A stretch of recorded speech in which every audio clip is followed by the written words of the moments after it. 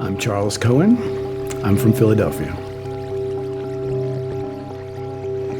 It has been said that improvisation is really nothing but real-time composition, that the best improvisers are composers at heart, but they like doing it in real time, on a real flow. It has always appealed to me.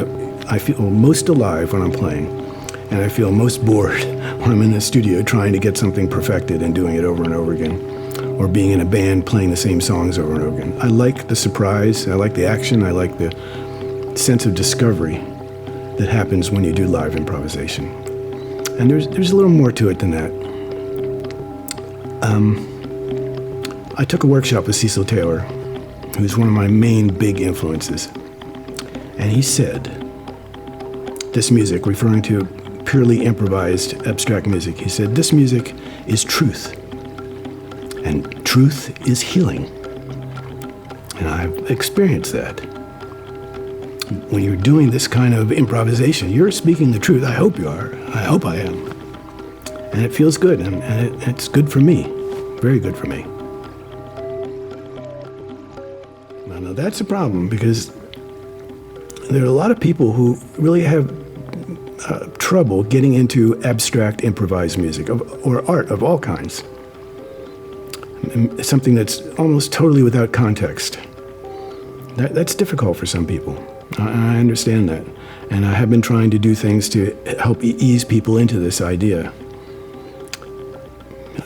Pop music is sort of the opposite, you know. You know what it's about. You know how the song is going to be structured. You know what the hooks are before it even starts.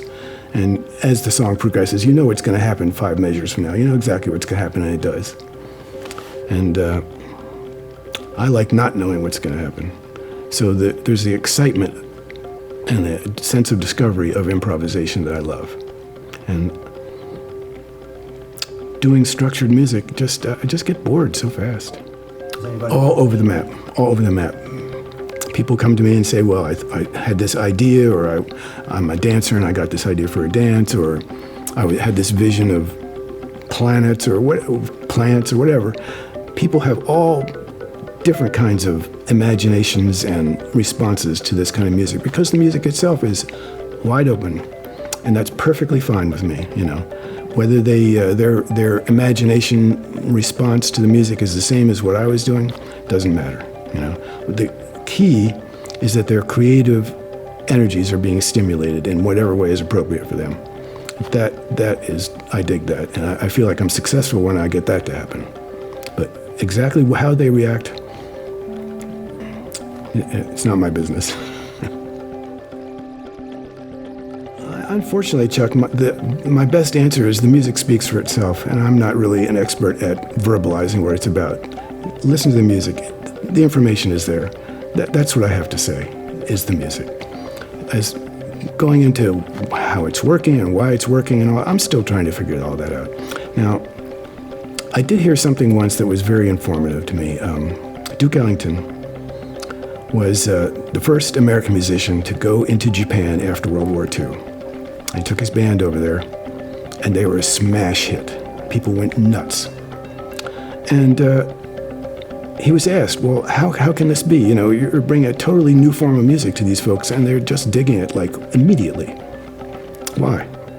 And I remember I heard him on the radio, an old radio show, coming up with several answers.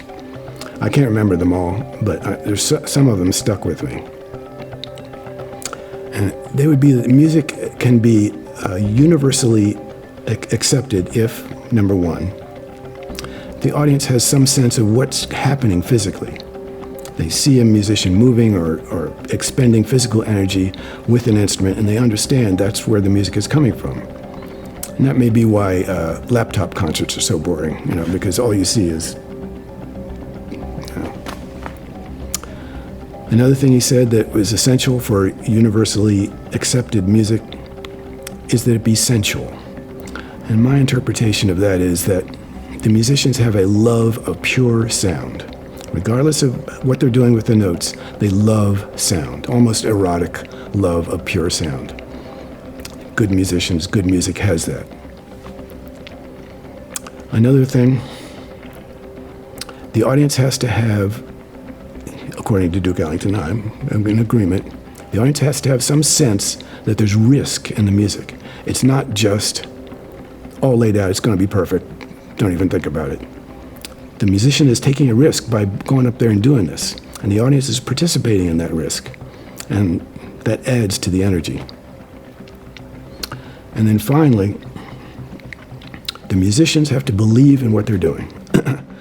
It's not just a clown show, but it is part of what the musicians are about. They're expressing themselves. And the audience picks up on that. It doesn't really none of that has anything to do with the style of the music necessarily, the genre, the instrumentation, the era, or anything. Those are kind of like energy, psychological factors that make music accessible. And I think that's at the root of, I try to make that at the root of what I'm trying to do also. Without really analyzing exactly what's going on. I really don't think about it much more than I've already explained. I just take those principles and I just run with them. Well, no, there's one more.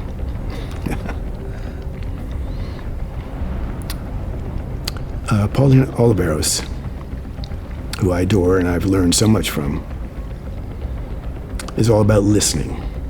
And she mainly works with musicians and musically oriented people who want to make music, who want to do improvisation, and are somewhat wanting to learn, how do you do it? And she will say, my interpretation of what she says is, it's all in the listening, it's not in the playing. It's what you do with your ears, not what you do with your hands. And if you listen right out to the edge, as she says, of the sound, that guides you in your playing.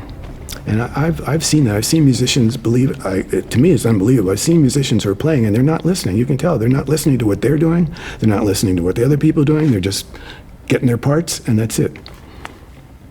So if there's listening going on, deep, as Pauline calls it, trademark, deep listening going on, that's the path.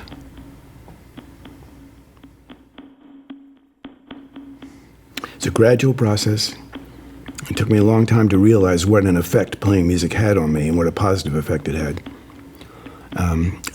Again, quoting Pauline, she has said to me, when you know you have been heard, it's very healing.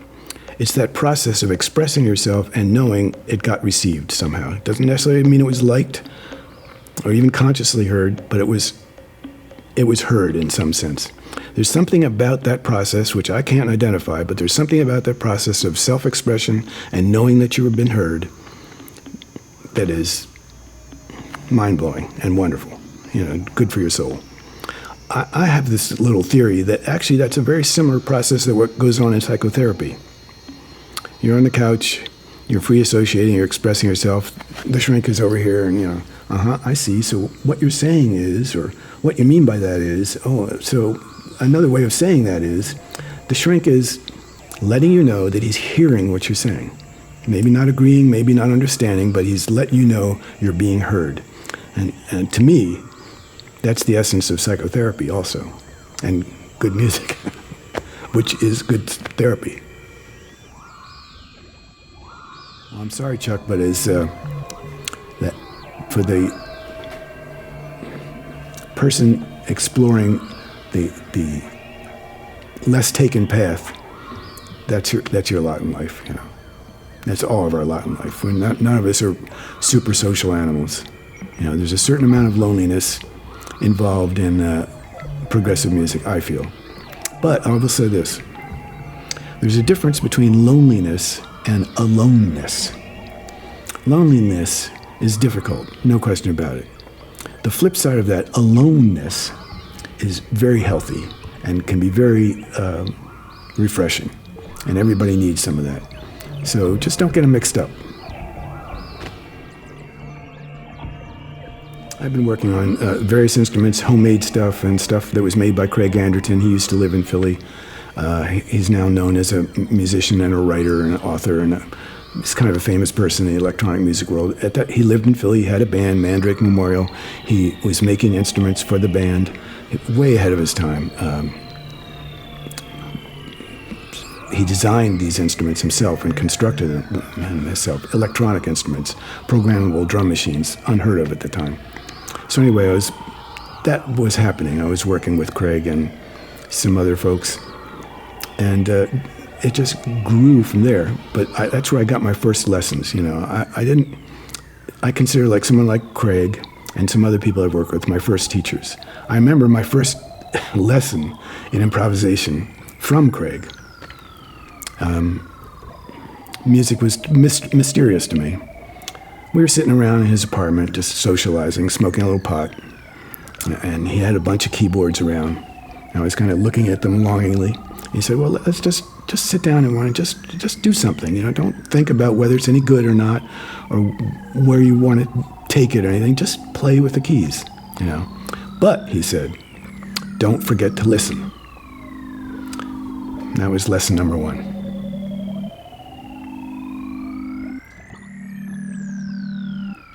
We need a new word. I do space music sometimes. Sometimes I do music that's almost danceable. Sometimes I do stuff that's harsh and aggressive. Sometimes I do stuff that's gentle and expansive. I think it's all the same to me, all the same stuff. I mean, it's me. I don't have a word for it. Improvisation is part of it. A wide range of kind of tonal palette is part of it. And openness to a variety of emotional expressions is in there. But I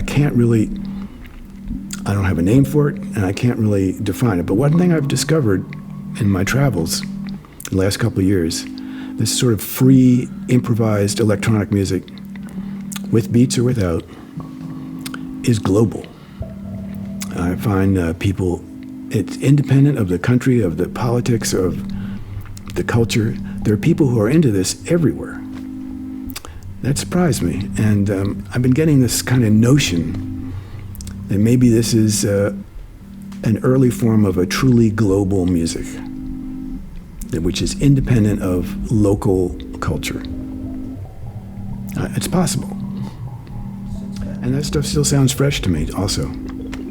The soundtrack for Forbidden Planet still knocks me out. Yeah, I should have mentioned that is also part of the genre, a certain timeless quality to the music. It doesn't seem glued to a particular time, a particular place, a particular culture. It seems to be kind of floating on some other plane, which I can't define. Well, see, that just shows you my prejudice, because when I think of space music, I think of sustained, lots of reverb, not a lot of melodic dynamic range or anything, sort of a rolling cloud of sound. That's how maybe I would define space music. But the way you practice it, and what happens in the concerts, and you've gone way beyond that. That's why I say it's an obsolete term. If the music was just stuck there, it wouldn't be that interesting, but it's not. Well, there are people who amass huge amounts of electronic gear, and a performance or a piece of music from them is largely the instrument and the designer displaying their abilities. It's more like the instrument is playing and the musician is just the pilot, but you're hearing the engineer and the instrument. The musicians themselves, in some cases, with a huge amount of gear, and don't really have anything to say. And that's the difference. And where you talk about being more mature and having more experiences, I think that's where that comes, how that develops in a person is, as you get older, you have more to say. And I think that's part of what gives the music some content. I can't really tell you what it is. I mean, if you ask me, well, what are you saying, Charles? Well, I can't tell you. All I can say is I'll just play and you just listen. But I've had the experience enough, with people's reactions. And something's being said, something is being transmitted. I mean, some of these shows in Europe, I've had people coming up to me in tears. I'm not trying to do that, but there's something in there that's happening. There's some kind of content. I'm saying something. That's the self-expression thing. Again, I come back to that all the time. That process of self-expression. Now, if you have nothing to say, then there's nothing, no self to express. So, but that process of self-expression, I think, is the key. Having something to say and saying it, perhaps in a very abstract way, but there's content. That's the difference. There's so many issues, and yet there are no issues. A lot of issues, if you start breaking stuff down, there's this and that and that. But the bottom line is, you just play, and it feels good and it sounds good. And what else do you need to know? I think it was Miles Davis who said, if it sounds good, it is good. End of story.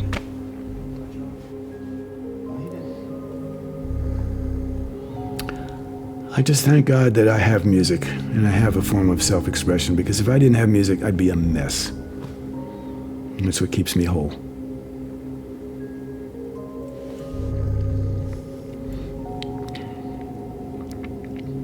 I'm happy. It's good for me. It's been good for me. I'm glad I'm part of it. Yeah, I'm perfect. These are the good old days. I'm not thinking about some good old days in the past. It's happening now.